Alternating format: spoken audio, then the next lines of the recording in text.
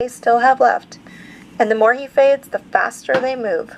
The urgency comes from what they are trying to turn this country into, one with only two kinds of people in it. And at the top, a small and permanent class of the ultra-wealthy, the Epstein class, if you will, the politically connected, the people whose names keep turning up in the same documents and the same donor lists and the same circles of protection. And at the bottom, everyone else, kept just insecure enough, stretched thin and desperate, frightened about money, frightened about health care, frightened about losing their jobs, so they will take any job, accept any wage, and ask no questions. The reality is they do not want a middle. A middle class has the time and the security to pay attention, to organize, to participate, to protest, to push back. Desperate people do not. Desperate people are too busy surviving, and desperate people do desperate things. They are counting on that.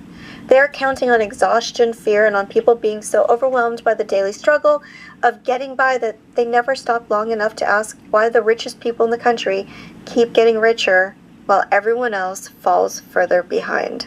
I know this sounds scary, but this is what they're planning. They have already gone after the Department of Education because an educated population is harder to manipulate, deceive, and to control. They know that the children of the wealthy will always have access to the best schools, private tutors, elite universities, and every opportunity money can buy. No billionaire is laying awake at night, worried about whether their child will receive a quality education. They go after healthcare for much the same reason. In their worldview, a person who needs help is not a human being deserving of dignity.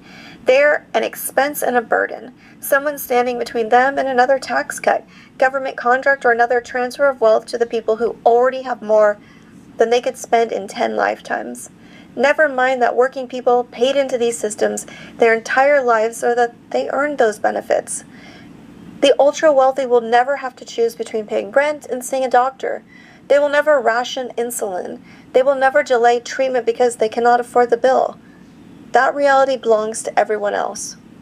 And they want to strip every form of public support they can because every dollar invested in a struggling family is a dollar that cannot be redirected upward. Every program that helps someone survive a crisis makes that person a little less dependent on the people at the top. And dependency is the point. The goal is not prosperity. The goal is control. A population that needs the people at the top. A population that performs the labor the wealthy do not want to do. A population too exhausted, too overwhelmed, too indebted, and too frightened to walk away or to speak up, organize, or demand something better. Because people who are constantly struggling to survive rarely have the time or the energy to challenge the system that is keeping them there.